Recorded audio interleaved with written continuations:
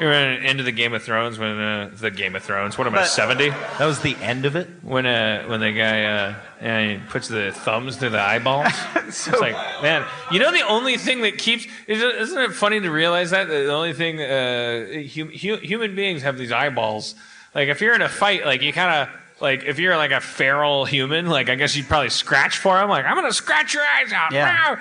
But, like, truly, like, if you get in a fight, like, the only thing that keeps you from actually actively, like, just doing everything you can to this, like, these little soft grapes that represent 90% of the person's ability to function. Cameras made of jelly. But that's what they are. The only thing that keeps you from really getting in there is actual like empathy. Like that's why when in a movie somebody goes like, it like represents that person not giving a fuck.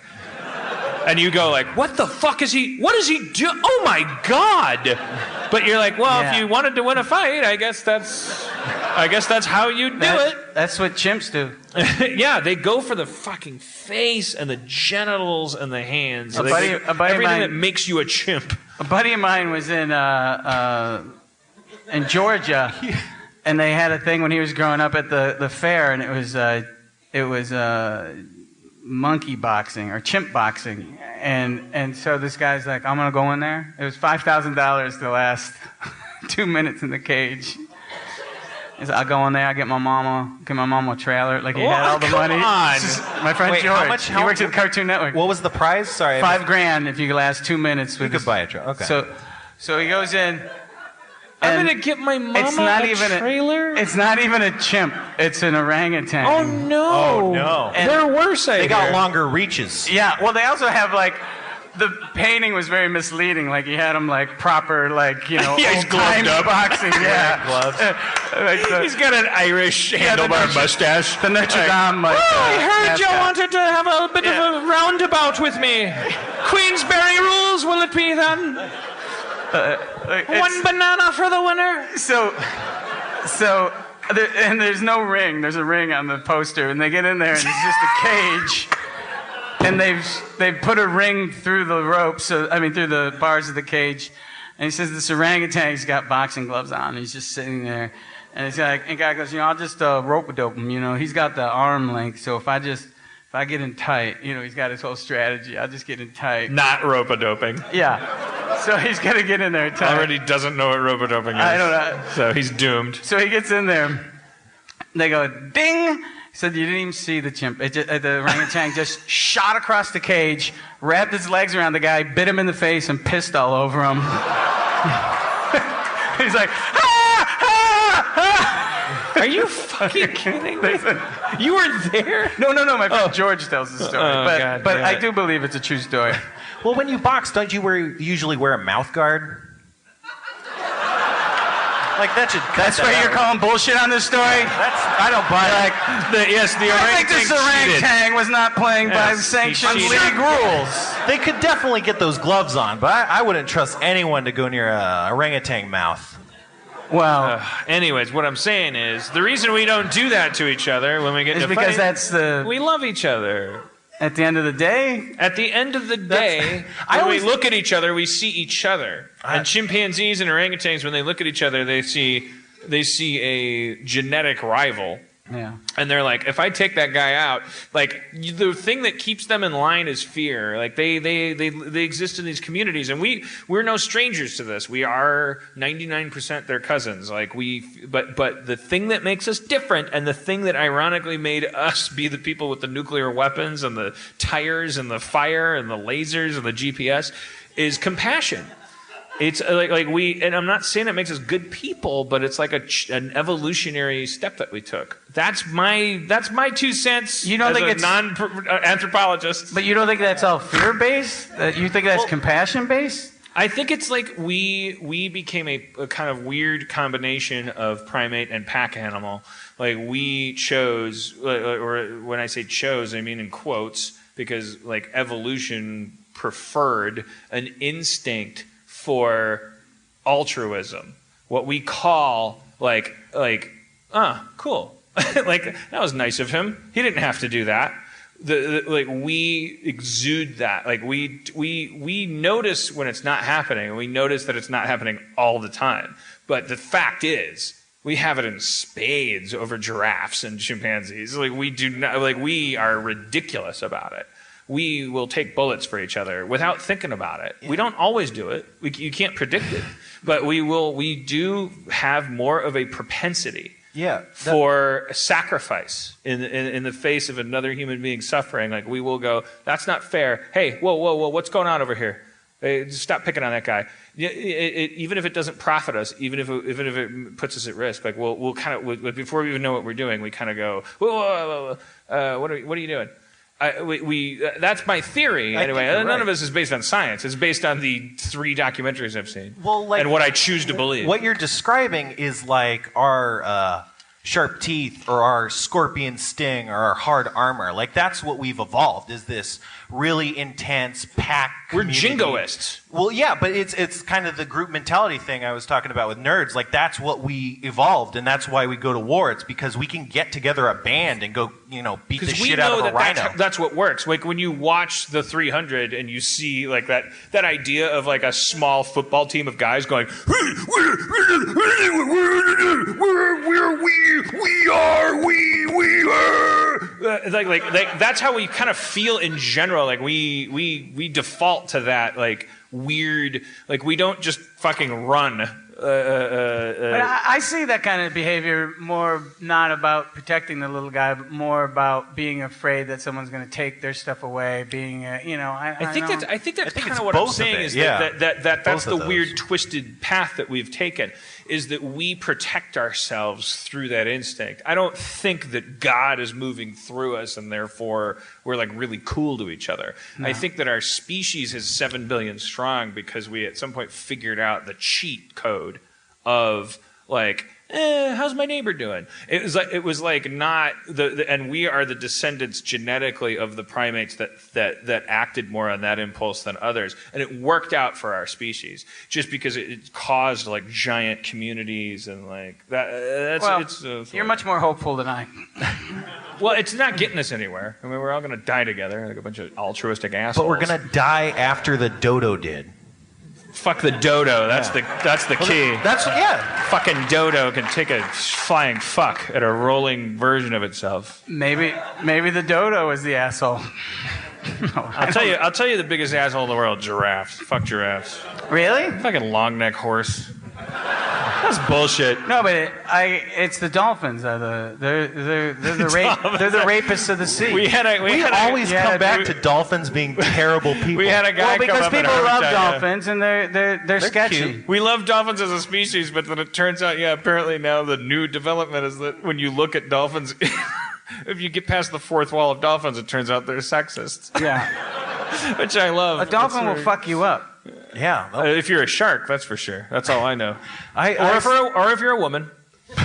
A woman dolphin. And if you're a female shark, oh my God. Oh my God. They must be like, payday. But I saw a video really recently about like a dolphin playing with a cat. It was the most cutest thing in the world. The dolphin would like use its snout and tap the cat on the head, and then the cat would like touch its paw to the snout, and they'd go back and forth for like 2.5 minutes. It was adorable. Yeah, that's the edited version. Oh yeah, that was before the cat was mercilessly slaughtered. It'd be great They're smart. As soon as that prick drops that iPhone, I am fucking up that cat. If you're listening, I don't suppose there's a lot of dolphin experts in Toronto, but if you are listening out there, like please come to the nearest Harmontown city as a dolphin expert. Dolphins. We really want to hear more about. We want to get to the bottom of whether dolphins are good people or bad people. Because I really want to know. Because you hear these stories of like people are drowning and then the dolphins like save them, and then you hear other stories that are like, no, they actually actively like drown the people because they're like sociopaths. And then you think, well, that's like humans too. Like you could run across the wrong kind of human. Right. And whenever anyone uses that about an animal, they're more frightened of you than you are of them. You're like, well, how do I know this isn't the crazy bear? Yeah. You know the Ted Bundy of dolphins. There's just like 12 really sexist dolphins that are giving everyone the wrong impression. Yeah. That's why they tell you to play dead with a bear until they start eating you. Yeah. Right? Like, that was always my fear. It's like, why do you play dead? They're just going to eat you that you're dead. Right. I don't know if I grammared I think that some of right. the bears, like, they're trying to. You're supposed to play dead because some of the bears don't want to eat you. They want you to stop attacking their cubs. But Yeah. So they swipe at you, I and then you're wasn't supposed to go, attacking "Oh, their good cubs." job, I'm dead. See you later. Good That luck guy- on your bear business." That But then guy the was a bear hell of starts an eating actor. you. I can't kill him. He's a great thespian. Bears are like, They're huge theater fans. bears. You guys are in Toronto. You probably have bears like walking down the street, right? They're like, bears. Someone said gay. Did they mean like They the, meant the gay gay bears. subculture? Oh, gay bear? bears. Okay. I thought you meant it was gay, the idea that wildlife was part of your society. That's so gay to have a bear walking down the street with an Gay. otter. Get real. That's gay. They're like, bears at the dump are like bikers. You just stay in your car and keep the doors locked. Did you ever go to the dump to look at bears? I never went to the dump to look at bears. All right, a couple of moves from people. You guys got a bear dump in Toronto? This is Pack Eagle? an excellent bear dump. Is that Well, like this is- Lover's Lane? Well, sometimes when we weren't listening to the radio programs, we would go out to the dump. I'm just picturing all these discarded bears. I never understood that. It's the land of misfit toys. I guess I do get it. I'm a bear with no teeth. But didn't that always confuse you when people would say, like, oh, don't feed the trouble is people feed the animal in question. Like, usually it's bears, but they say the same thing about mountain lions or whatever. They go, the danger is when they associate humans with food. And you're like, oh, got it. Wait, what? No. What? Because that's how you train a dog. Well, I think you might be misunderstanding what they're saying. Associating with you with food is now every person I see is going to give me food, so I'm going to come up to them and bother them and Yeah, maybe nip and then it. the person gives them a peanut. Or it doesn't, and then they, if it's a coyote, they bark, and that's scary for the person. Like, you don't want them approaching you because then someone could freak out and stab it in the face or something. All right. So the reason to not feed coyotes is because coyotes will get stabbed in the face by someone without food. Yeah, you know about coyote hazing? Coyote hazing. Yeah, it's really rampant in colleges. It's a shame. I can't. If I can't have an honest conversation with you. No, okay, coyote hazing. What the intent, and I don't know, everyone knows I'm a huge coyote expert. But, Podcast fans. Yeah.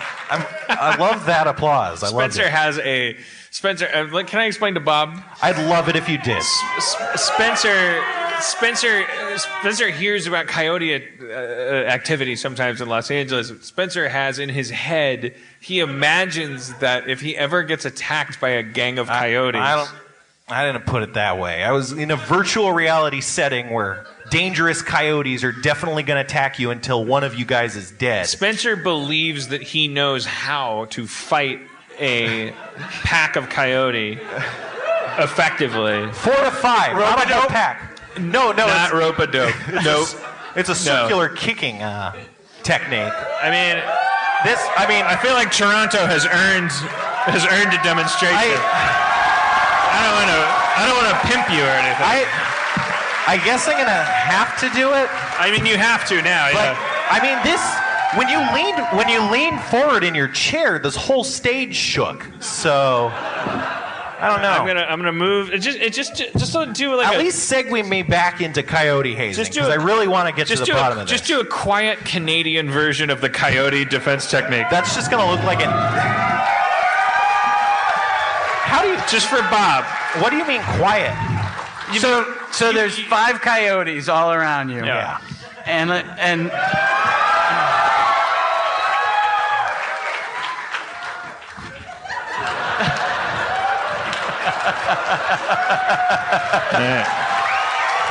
It's just You don't keep your back exposed for long. You keep your back moving so they can't go at your knees. I thought it was going to be more of a sweep kick, but it was more. No, you can't sweep a 4-legged animal. That's your first mistake. That would be my first mistake. Yeah. They got way more balance Ever. than us. That's why we use chairs with 4 legs. But he was definitely taking it easy because you're nervous about these risers. I mean, you felt that, right? Yeah, they sway. Yeah.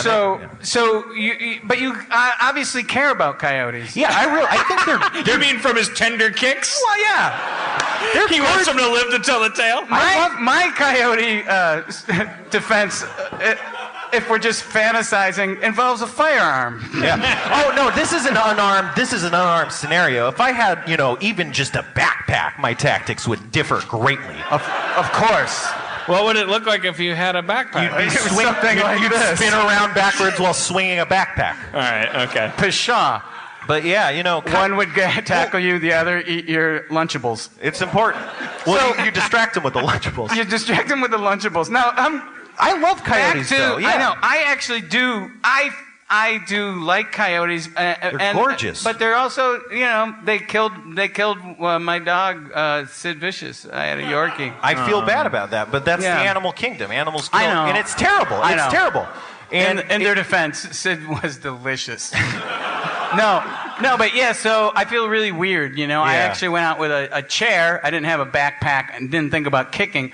And the kicking's the last resort. I gotta but I scared the coyote off of Jimmy Stewart and Andy Dufresne, the other 2 dogs. Oh, you saved your other 2 dogs? Yeah.